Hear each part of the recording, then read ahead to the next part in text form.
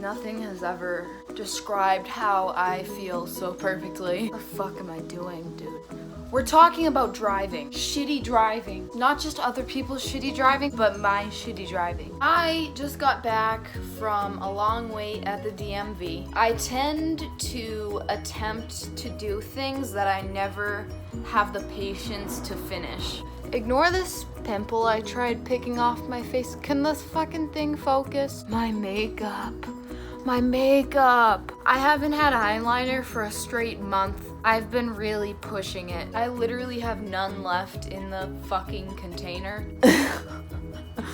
My God, what am I doing? I just went to Walmart to get some clothes because I have none. And I'm rapidly losing weight because my provider just put me on Topamax to help with my eating disorder. A couple videos ago where I kind of explained some of what it's like living with borderline, I said I wasn't comfortable enough to talk about my eating disorder yet. And I'm still not comfortable to make an entire video about it. But basically she put me on this to help control my ED. I stopped taking my Celexa, which is mainly to help with my depression and anxiety. I stopped taking it because I just felt like it wasn't doing anything. And obviously it was, because about a week after I stopped taking it, I was having severe anxiety, and I haven't had that in a long time. I've worked through a lot on my own, and all of a sudden I was having severe anxiety and I couldn't breathe. Obviously, that's what happens when you stop taking the one thing that's kept you sane, besides my Seroquel. But I wasn't gonna take it again because I started losing a little weight, and I was scared that if I started taking this again, I would gain it back, and I know that's pretty much not true. I think I just convinced myself of that. So she put me on Topamax because it's supposed to kind of help control your weight. It's also a mood stabilizer. It was originally meant for seizures, and most people are on it for seizures, but a lot of people are also on it for a mood stabilizer.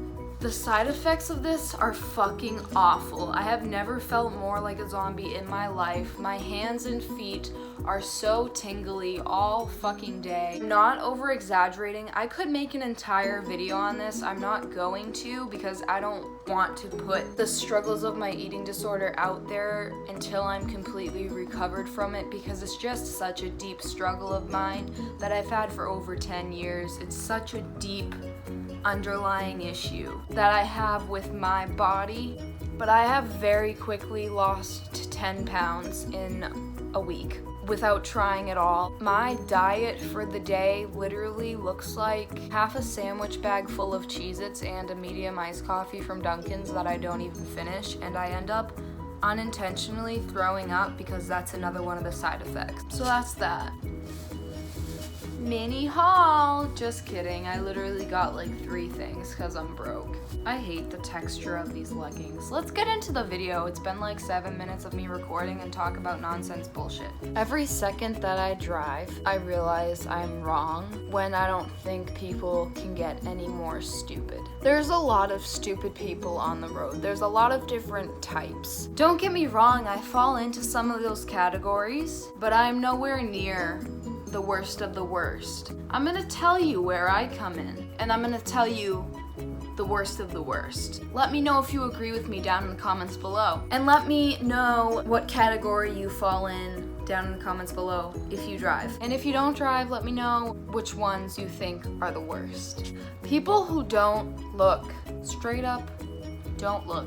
Every time I have almost gotten into an accident, it has been because the other party has not looked in any direction before turning left, right, going straight, pulling out of somewhere, out of a parking lot, out of a stop sign. Like, what are you doing? Why are you putting other people's lives in danger? That is just stupid.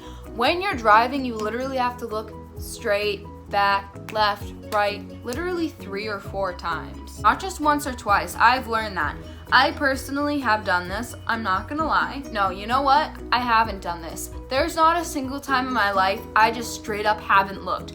There have been times I've looked once or twice and I just haven't seen anything. Like, I look real quick, I do a doot, doot, go. Now, because of those times I did a doot doot, didn't see anything, I'm gonna drive, and then I crashed, I make sure I go do, do, do, do, and I'm doing long do, do, do, nothing coming, nothing coming, nothing coming, nothing coming. I'm good, go. Before I pull out.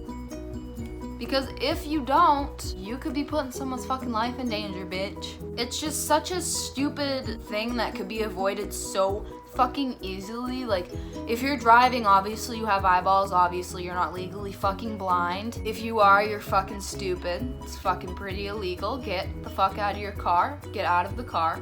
People who don't know where the lanes are, this pisses me off more than anything. There are lanes for a reason. There are lines on the road for a fucking reason. You have yours, I have mine. There is constantly someone in my lane.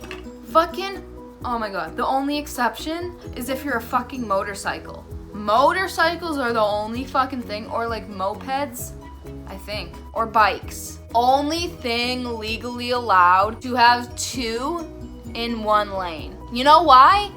Because they're half the size of a fucking car. There is no room on the fucking road for there to be two cars in one lane. You know why? Because it's fucking dangerous. That is the recipe for a fucking accident. It's not even an accident. If you're literally driving in the middle of two lanes, you're a dumbass. That's your fault, not mine, dumbass. Look at the lanes. Stay in one. If you want to go fucking drive in the middle of two lanes, go do it where there's absolutely no one in a fucking 300-mile radius, because you're putting so many people in danger. You're pissing so many people off. I so bad want to purposely hit everybody that purposely gets in my lane just so they'll be at fault every time. People who ride my ass because I'm going too slow. I do this. I have a 99 Park Ave Buick. My brake fluid has never been flushed. My ABS system is failing because of it. My brake line has already snapped on me once. Thankfully, it was while I was pulling out of my best friend's house and I was going 5 miles an hour and not 75, so I didn't fucking die. And my dad drove it home and I drove his truck home because I've driven his truck a ton of times, and he has had a lot of experience driving with blown brake lines. But my car isn't meant to go over 60 or 65, and if it does, it shakes really bad, and I just need to make sure I'm being really careful while I'm driving it. When there's someone trying to haul ass behind me, instead of just literally switching lanes and passing me, when there's no one next to me or next to them in the left lane, when it can be so easy to just fucking change lanes and go ahead of me, it's annoying. But I know why they do it. I can't do this anymore because I can't slam on my brakes, because if I do, I'll skid because my ABS system doesn't work. What you doing, Mr. Mail Truck? You got some mail for me? But I hate when people drive like grandmas, and in my Hyundai, I used to ride people's asses so close because I like to believe. I believe this is a fact, because most people did it, and I know I do it when people do it to me. I believe when you ride someone's ass close enough for a long enough time, and they're going slow enough, you will give them so much anxiety and make them so self-conscious that they'll speed up. And it's worked for me every time. So if you don't have good brakes, if your anti-brake lock system is failing, if your ABS light is on, do not ever do this. I wouldn't ever recommend riding ass, but if you can stop faster than the car in front of you, it's a good piece of advice. I would try it out. People who think they fit in parking spots when they don't. So I live in like this townhouse complex, and in front of our townhouses there's like these vertical spots, and there's basically a couple spots for each of us in each townhouse. And she had this box truck for a couple days, and it literally took up a spot and a half. And she thought she could just park in my spot. And then there's a spot that no one's supposed to park in because this neighbor, the box truck, also has a boyfriend with an oxygen tank. They're such assholes. But it was literally like I had to park in the back, and when I park in the back, this guy with the oxygen tank also has a spot, and when I park next to his car, he likes to come out and bitch at me to move over. And there's no spots to move over because all the people are constantly parked in all the spots. He likes to come out and scream at me, move over. And I'm just like, dude, I live here too. There are no assigned spots. I can park where I want. Like, people who think they fit in a spot or are entitled to a spot, even when they don't fit in the spot or aren't entitled to that spot. No. Fuck you. Ridiculous. People think they're entitled to shit they're not entitled to at all. You have a license. It doesn't mean you're king of the world. It doesn't mean you're the queen of England. It doesn't mean you get to walk around with a tiara on your head. This is the most obvious one, and I'm not sure why I didn't say this first, but it's just so obvious. Obviously, there's the problem of texting and calling and driving and drinking and smoking and driving. Obviously, I have said it before, I have driven high. I said it in the last video. I have driven slightly fucked up on coke, but I was sort of forced to because I had this that's a whole other story time. I have since cut that person out of my life, and I don't have any intention of bringing her back into it, but basically, I'm sorry, no. This was ecstasy. So that's a whole other story that's completely not okay. If I was on coke, I would have been... That sounds really messed up. You shouldn't drive high on anything. Yes, I've done ecstasy. The most fucked up I've ever been. Best feeling I've ever had.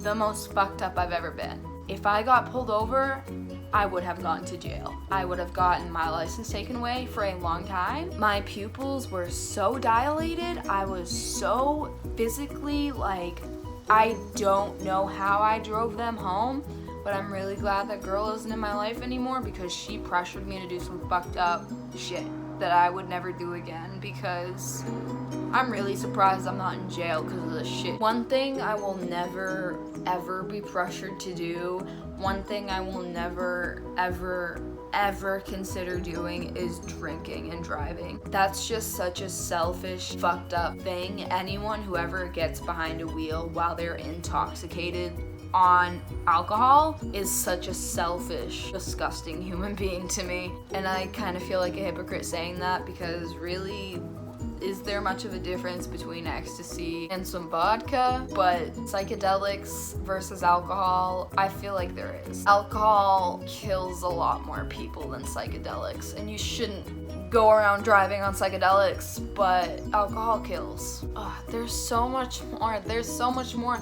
I'm driving and I'm constantly looking at other people and I'm just like, you, I want to make a video about you and I want to talk about you and how stupid you are and how you should not be driving. I feel like there's a certain age people should stop driving, but I also feel like I see some elderly people sometimes and I see them and I'm just like, wow, you're a really good driver for your age. Like, I don't know, I feel like there should be an evaluation at a certain age, like a test to see if elderly people should be able to keep driving or not, because seriously, some of them shouldn't. I think these pills, you can literally look this shit up. I am not making this shit up. Look up Topamax side effects. Like, literally, this shit makes you so fucking spacey. It literally is nicknamed Dopamax because it makes you feel so like dopey and so just tired and spacey and like what's going on? I wake up in the morning and I walk into walls and my mom looks at me like, what the fuck is wrong with you? Are you drunk? I'm not drunk. I'm not intoxicated. I'm literally